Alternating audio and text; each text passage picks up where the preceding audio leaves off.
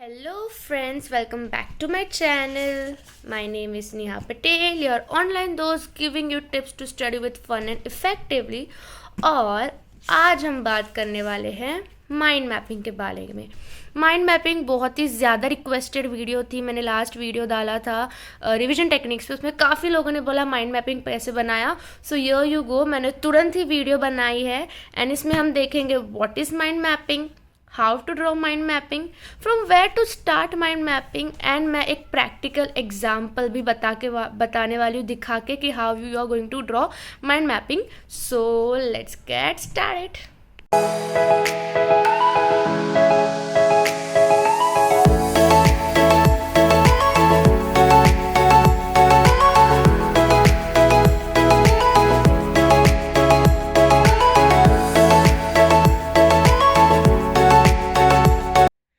Friends, आपके reference के लिए मैं एक माइंड मैपिंग बना देती हूँ। माइंड मैपिंग मैं अभी एक पूरे चैप्टर का तो नहीं बना रही क्योंकि उसमें काफ़ी टाइम जाएगा, तो कुछ ऐसा माइंड मैपिंग जो बहुत जल्दी हो जाए एंड आपको समझ में भी आ जाए कैसा होगा, तो मैं उस कॉन्सेप्ट का बना रही हूँ जो है स्वेट इक्विटी। अब एक कॉर्पोरेट फंडिंग के मॉड्यूल में Indian equity non fund based chapter के अंदर है।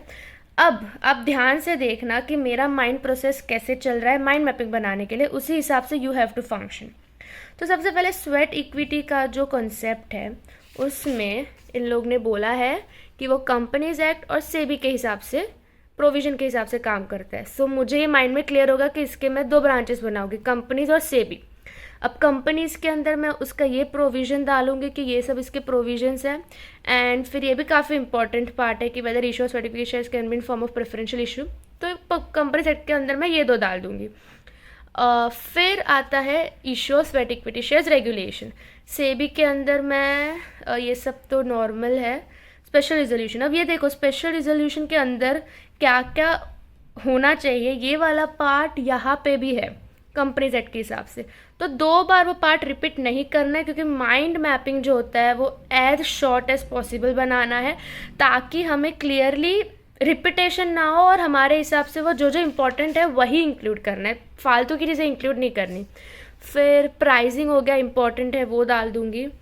फिर अकाउंटिंग ट्रीटमेंट इम्पॉर्टेंट है, मैंने zero remuneration important, lock in important, and then procedure. ठीक है, सो ये मैंने एक ओवरव्यू बना दिया कि अभी स्वेट इक्विटी शेयर्स को मुझे किस तरीके से बनाना है। तो माइंड मैपिंग बनाने से पहले आपको एक ओवरव्यू क्रिएट करना है, फिर उसके बाद हम माइंड मैपिंग बनाना स्टार्ट करते हैं। उसके लिए मैंने मेरे हथियार रेडी रखे हैं। एक्चुअली मुझे बहुत पसंद है अगर हम माइंड मैपिंग ये सब देख सकते हो, मेरे पास पेन है, हाइलाइट्स है, स्टिकी नोट्स, वो सब तो अगर हमें कुछ इंपॉर्टेंट लगा तो हम इंक्लूड करेंगे। तो प्लीज़ फ्रेंड्स आप कोऑपरेट करना क्योंकि मैं एक हाथ से शूट कर रही हूँ, एक हाथ से मैं ड्रॉ करने वाली हूँ mind map. So I hope you will cooperate. So first of all सबसे पहले तो हम एक ब्रांच बनाएंगे क्योंकि ये स्वेट इक्विटी शेयर्स के बारे में। So I am going to make a branch. Obviously मैं क्लाउड के हिसाब से करती हूँ क्योंकि थोड़ा अगर वो, फिर इससे मैं डाल दूँगी स्वेट इक्विटी शेयर्स, देख सकते हो। अब ये सेक्शन 288 और section 54 of companies act deal करता है, तो वो भी मैं यहीं पे डाल दूँगी, सेक्शन 288 एंड सेक्शन 54। तो मैं जैसे ही देखूंगी तो मुझे क्लियर कट आइडिया आ जाएगा कि ये है। अब इसका सबसे पहला ब्रांच ऑब्वियसली हम लोग कंपनीज एक्ट का निकालेंगे, तो ऐसा बना दिया, इसमें डालेंगे कंपनीज एक्ट 2013। फिर इसका एक और ब्रांच निकालेंगे, उसके प्रोविजंस। उप्स, ये ब्लैक से लिख दिया, कोई बात नहीं। प्रोविजंस सेक्शन 54 डील करता है। अब इसके और ब्रांच निकलेंगे, ठीक है। अब देख सकते हो कैसे लाइन से गया। अब जैसे कि मैंने बताया था उसका जो कंडीशन है, चलो मैं यहाँ पे रख देती हूँ आपकी ऑफ रेफरेंस के लिए। अब आप देखो तो वो लोग ने कितना बड़ा बड़ा लिखा है कि issues authorise by special resolution, फिर वो रिजोल्यूशन क्या क्या स्पेसिफाई करेगा, फिर sweat equity shares listed, equity shares are listed, they have to deal with SEBI, और जो नहीं लिस्टेड है वो rule 8 of companies share capital debenture rules. तो इतना बड़ा मैं नहीं लिखने वाली, मैं बहुत सिंपल सा लिखूंगी सबसे पहले लिखूँगी इसके लिए हमें चाहिए स्पेशल रिजोल्यूशन एंड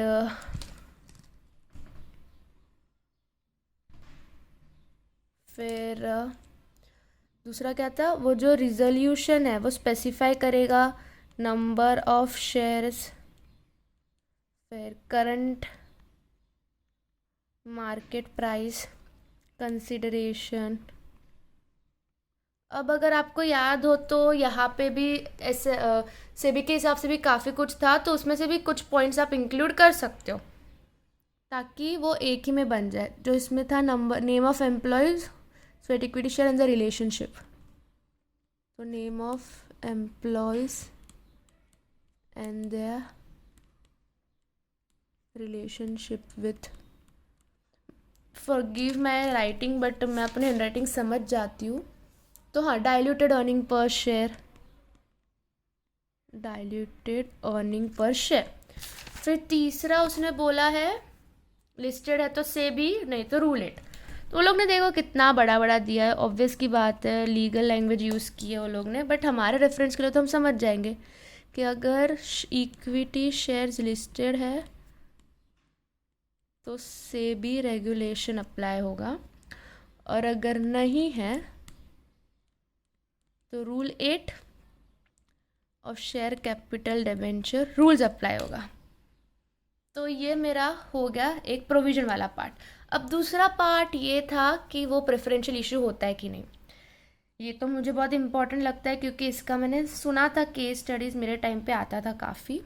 सो ये हो जाएगा हमारा दूसरा बादल, जिसमें मैं लिखूँगी कि E sweat equity shares preferential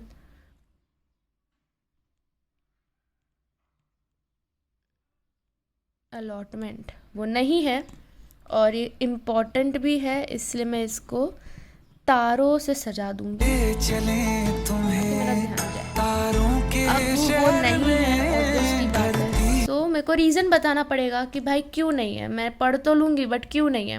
तो इसके दो रीज़न्स हैं।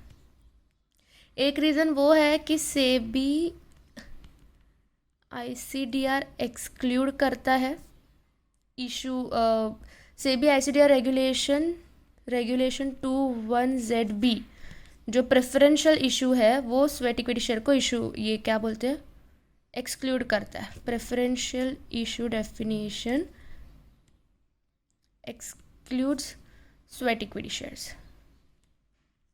और दूसरा पार्ट ये होगा कि रूल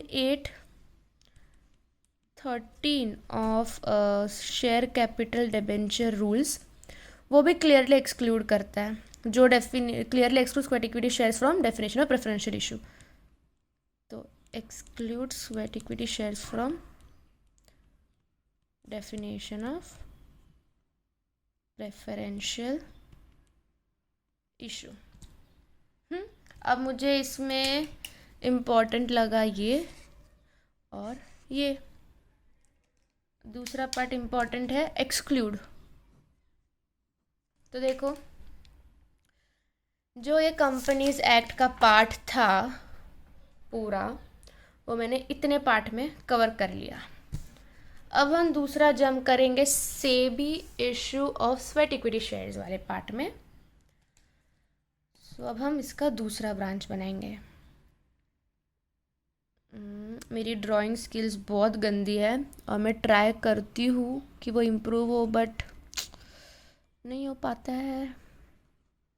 तो ड्राइंग स्किल्स जिसकी अच्छी हो तो और अच्छे से बना पाएंगे ये।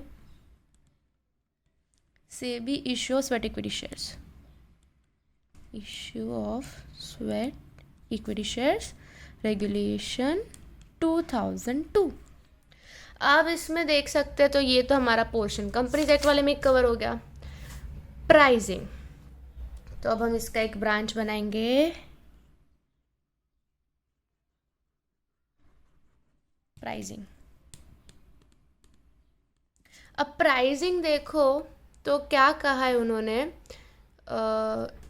इन case of issue sweat equity shares to promoters the same shall not be approved by simple major. Sorry, क्या कहा है वो लोगों ने ये तो दूसरा पोर्शन हो गया। हाँ, तो pricing of sweat equity share में कहा है कि price of shell not be the higher, मतलब इस सब में से it shall not be the highest.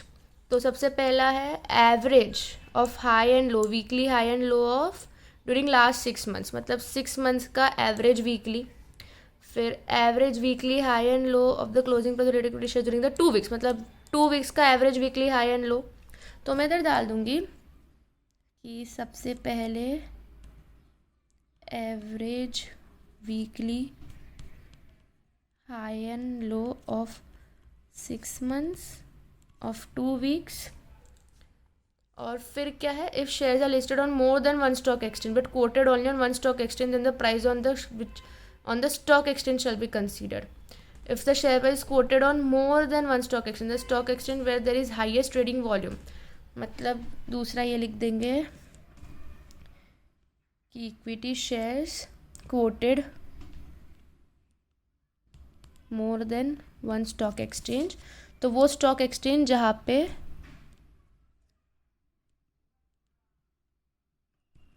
Highest trading volume होता है। और if shares are not quoted, तो next trading days share price, next trading days, next trading day share price, इस सब का एक ही हाथ से मेरे को सीधा लाइन ड्रॉ करना, हो जाना स्ट्रेट हो जाना। हाँ, शेल नॉट, ये क्या था, shall not be less than the higher, है ना, shall not be less than the higher the price of sweat equity shares. तो इस सब में से हाईएस्ट जो भी रहेगा उतना प्राइस इसका रहना चाहिए। Average weekly of 6 months, average of 2 weeks. अगर equity shares more than one stock exchange में कोटेड है तो हाईएस्ट ट्रेडिंग वॉल्यूम जहाँ स्टॉक एक्सचेंज पे है, इक्विटी शेयर्स कोटेड नहीं है तो नेक्स्ट ट्रेडिंग डे का शेयर प्राइस। सो ऑब्वियस की बात है, अगर आपको एक क्वेश्चन आता है और आपको केस स्टडी आता है तो आप इससे आपका कॉन्सेप्ट क्लियर हो जाता है। और अगर आपको थियरी के लिए आता है तो सब लिखने की ज़रूरत नहीं, अगर आप थोड़ा भी लिखते हो तो आपको एटलीस्ट 3-4 मार्क्स तो मिल ही जाएगा। एंड अपना टारगेट 3-4 मार्क्स का ही होना चाहिए हर एक क्वेश्चन में, we should not blank out. अब सेकेंड हो गया अकाउंटिंग ट्रीटमेंट। तो अब इसमें दूसरा ब्रांच बनाएंगे हम, अकाउंटिंग ट्रीटमेंट। अब मेरे बादल देखो कैसे बन रहे हैं। अकाउंटिंग ट्रीटमेंट में शायद 2 बादल और बनेंगे, कोई बात नहीं, हम और 2 बादल बना देंगे। मुझे ऐसे ब्लैक पेन बहुत पसंद है। आई गेस ये मार्कर है, क्या है ये, हाँ मार्कर है, मैं इसी से बनाती थी और ये मैं इतने टाइम के बाद बना रही हूँ वापस। मतलब ऑफिस में तो बनाती हूँ बट इस सब का वापस बहुत टाइम के बाद बना रही हूँ।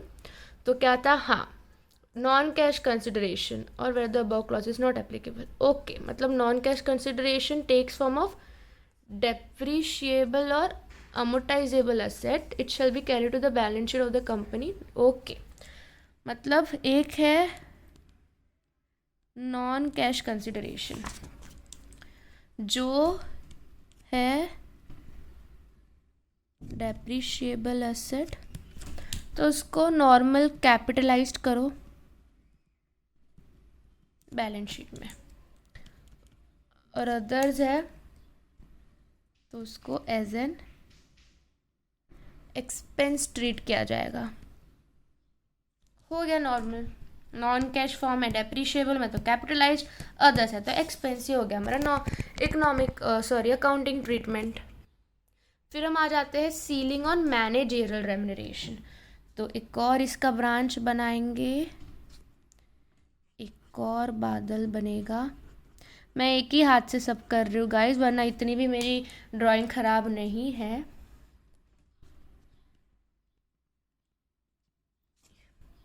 Ceiling on managerial remuneration.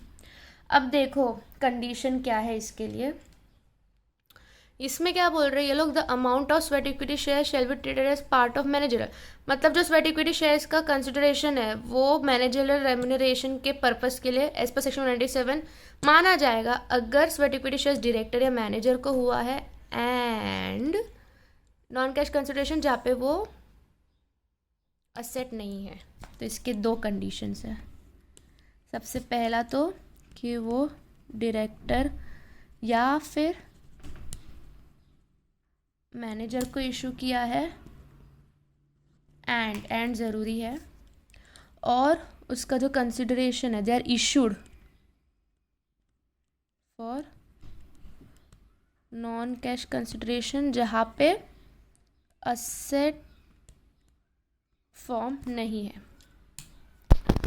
तो ये भी हो गया हमारा क्लियर। देखो बट ये किसके रिगार्डिंग सीलिंग है वो भी बहुत ज़रूरी है जानना, इसलिए मैं यहाँ पे लिख देती हूँ कि sweat equity share part of managerial remuneration if ये कंडीशंस पूरी हो रही है तो।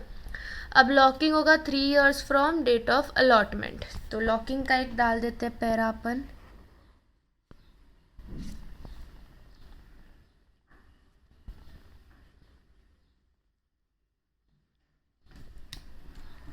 लॉक इन जो होगा